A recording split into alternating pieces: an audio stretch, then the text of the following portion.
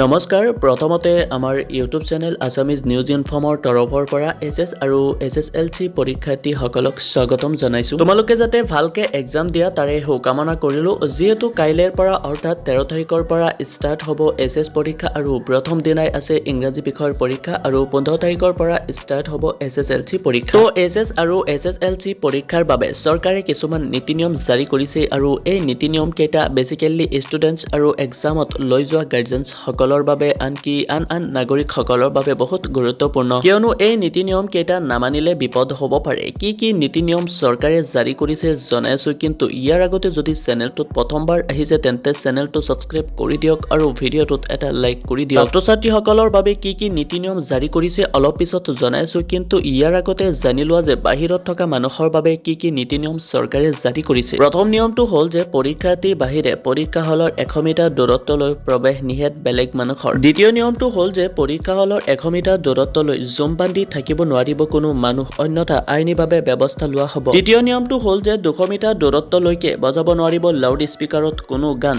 যদি এই নিয়ম কেইটা নামানে তেন্তে আইনীভাৱে ব্যৱস্থা লোৱা হ'ব। এতিয়া আহি গ'ল ছাত্ৰ-ছাত্ৰীসকলৰ কাৰণে কিছুমান নীতি নিয়ম। প্ৰথমটো হ'ল যে ছাত্ৰ-ছাত্ৰীয়ে নিব নোৱাৰিব কোনো মোবাইল ফোন বা স্মাৰ্ট ঘড়ী, কেলকুলেটৰ আৰু ইলেক্ট্ৰনিক সামগ্ৰীসমূহ। তো ছাত্ৰ-ছাত্ৰীসকল তোমালোকে হয়তো লগত স্মাৰ্ট ঘড়ীখন লৈ যাব পাৰা। তো এনেকুৱা ধৰণৰ যদি কোনো বস্তু পৰীক্ষা হলত পোৱা যায় তেন্তে লগে পৰীক্ষা হলৰ পৰা বহিষ্কাৰ কৰা হ'ব। দ্বিতীয় নিয়মটো হ'ল যে পৰীক্ষাৰ্থীসকলে পৰীক্ষা কেন্দ্ৰৰ সন্মুখত আধা ঘণ্টা আগতে থাকিব লাগিব। পৰীক্ষা কেন্দ্ৰত একমাত্ৰ পৰীক্ষাৰ্থী আৰু শিক্ষানুষ্ঠান ব্যক্তিয়েহে প্ৰৱেশ কৰিব পাৰিব, অন্য ব্যক্তিয়ে প্ৰৱেশ কৰিব নোৱাৰিব। তো এইকেইটাই আছিল পৰীক্ষাৰ্থী আৰু গাৰ্জেনছ সকলৰ কাৰণে বা আন নাগৰিকসকলৰ কাৰণে গাইডলাইনছ। তো পৰীক্ষাৰ্থীসকলে যাতে এই গাইডলাইনছ কেইটা মানি চলে আৰু গাৰ্জেনছ সকলেও যাতে মানি চলে। তো আজিৰ ভিডিঅ'টো এইখিনি আছিল আৰু এইকেইটা নীতি নিয়ম আছিল। তো তোমালোকে বেলেগলৈ এই ভিডিঅ'টো শ্বেয়াৰ কৰি দিবা যাতে তেওঁলোকে এই নীতি নিয়ম কেইটা গম পায়।